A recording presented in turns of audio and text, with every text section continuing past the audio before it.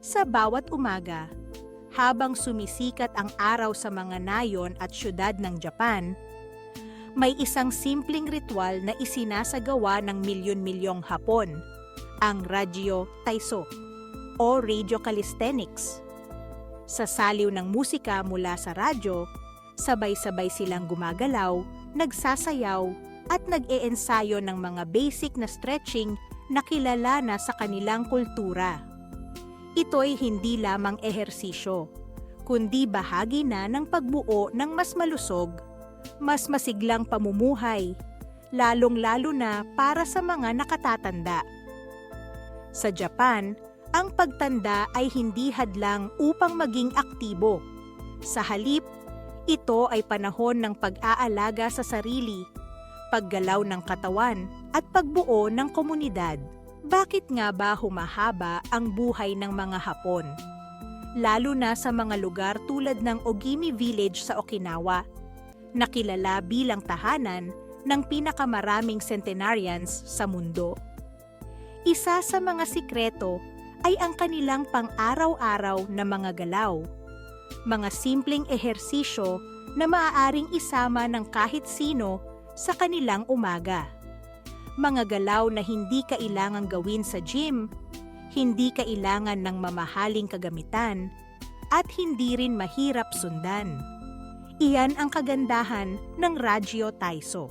Simulan natin sa unang kilusan, ang arm swinging o pag-swing ng mga braso. Madali lang itong gawin.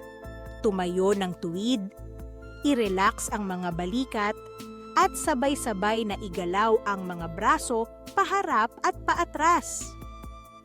Ang pag-swing ng braso ay isang mahusay na paraan upang painitin ang mga kasukasuan, lalong-lalo na ang balikat at mga braso.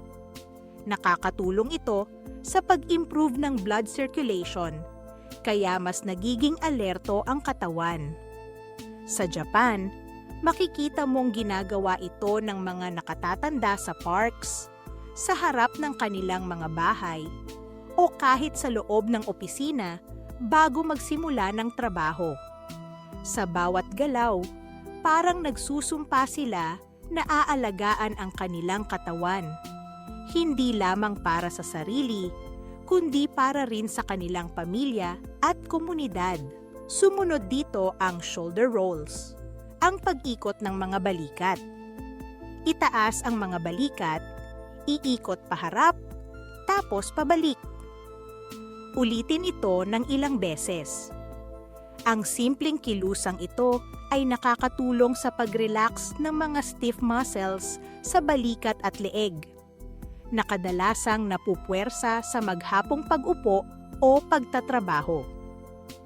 Sa mga nakatatanda, ito ay isang paraan upang mapanatili ang flexibility at maiwasan ang pananakit, lalo na kung sila ay nagkakaedad na. Sa bawat ikot ng balikat, dama mo ang pagluwag ng tensyon at nararamdaman mong mas handa ka na harapin ang araw. Ang ikatlong galaw ay body twisting o pag-ikot ng katawan. Tumayo ng tuwid, ilagay ang mga kamay sa bewang, at dahan-dahang iikot ang katawan pakaliwa at pakanan. Ang pag-ikot na ito ay nagpapalakas sa core muscles, at higit pa rito, pinapalambot nito ang gulugod. Sa Japan, alam ng mga nakatatanda ang kahalagahan ng flexible spine. Ito'y susi sa pagtayo, paglakad, at paggalaw ng walang sakit. Sa bawat ikot, parang pinapalaya mo ang sarili mo mula sa mga stress ng nakaraan at pinapalakas mo ang pundasyon ng iyong katawan para sa hinaharap. Ang ika-4 na galaw ay leg stretching o pag-stretch ng mga binti. Maaari itong gawin sa pamamagitan ng pag-abot ng paa, pagtaas ng tuhod, at pag-unat ng mga binti. Ang stretching na ito ay mahalaga lalo na sa lower body para mapanatili ang lakas at flexibility ng mga binti. Sa mga nakatatanda, ang malakas na binti ay nangangahulugan ng kakayahang lumakad ng matagal, umakyat ng hagdan, at magawa ang mga basic na gawain sa araw-araw. Sa Japan, madalas na ginagawa ito bago maglakad papunta sa palengke, bago magtrabaho sa bukid, o kahit bago mag-alaga ng apo. Hindi rin mawawala ang breathing exercises, ang ikalimang galaw na mahalaga para sa pagkalma ng isip at katawan. Sa Radyo Taiso, may parte ng routine kung saan hihinga ng malalim, dahan-dahan at tuloy-tuloy. Ang tamang paghinga ay nagpapabuti ng oxygen flow sa katawan, nagpapakalma ng isip at tumutulong sa pag-regulate ng emosyon. Sa Japan, ang paghinga ay itinuturing na mahalaga sa kalusugan ng puso at baga at sa araw-araw na pagharap sa stress. Sa bawat malalim na hinga, parang hinuhugasan mo ang pagod at pag-aalala at pinapalitan ng bagong lakas at pag-asa. Ang huling galaw ay light jumping or stepping. Magaan na pagtalon o paghakbang. Sa routine ng Radyo Taiso, may bahagi kung saan magaan kang lulundag o maghihikad-hakbang ng mabilis. Hindi kailangan ng mataas na talon.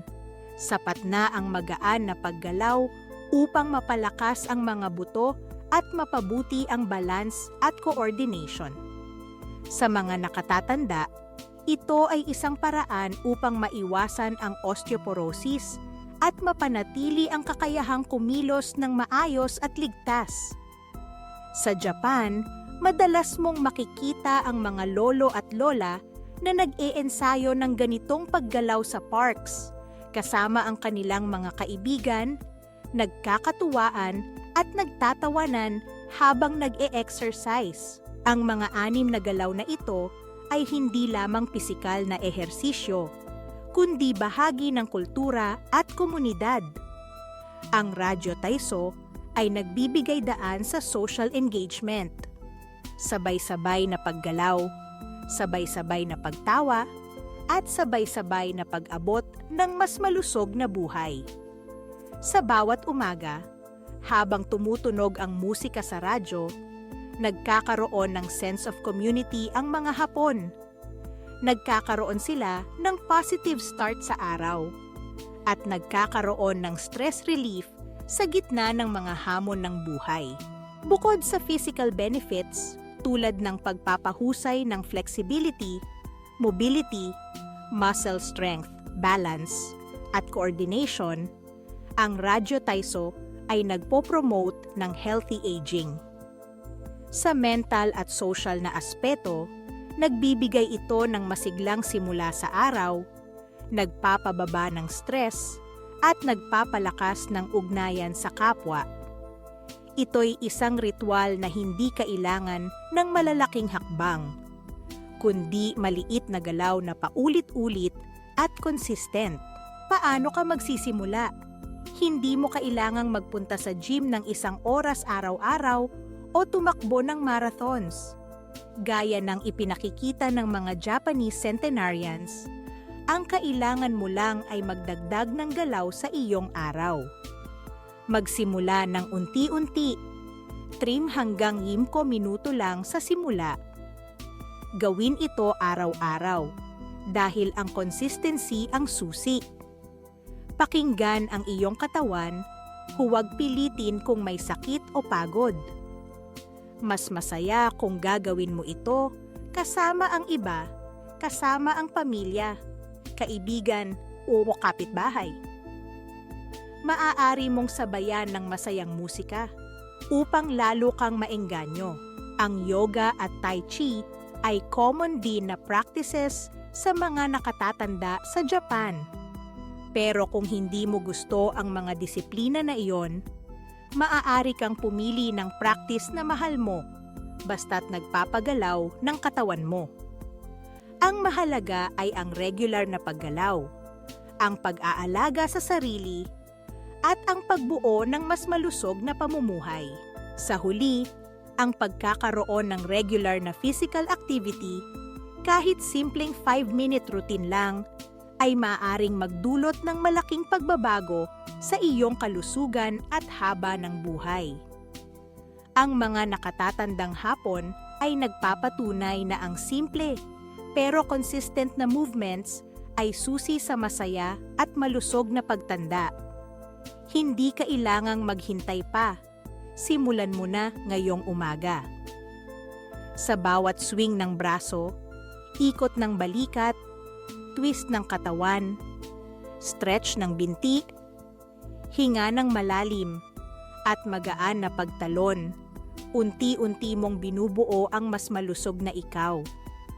Ang iyong katawan at kalusugan ay magpapasalamat sa iyo at mararamdaman mo ang sigla, saya at tibay na tanging ikaw lang ang makakamit.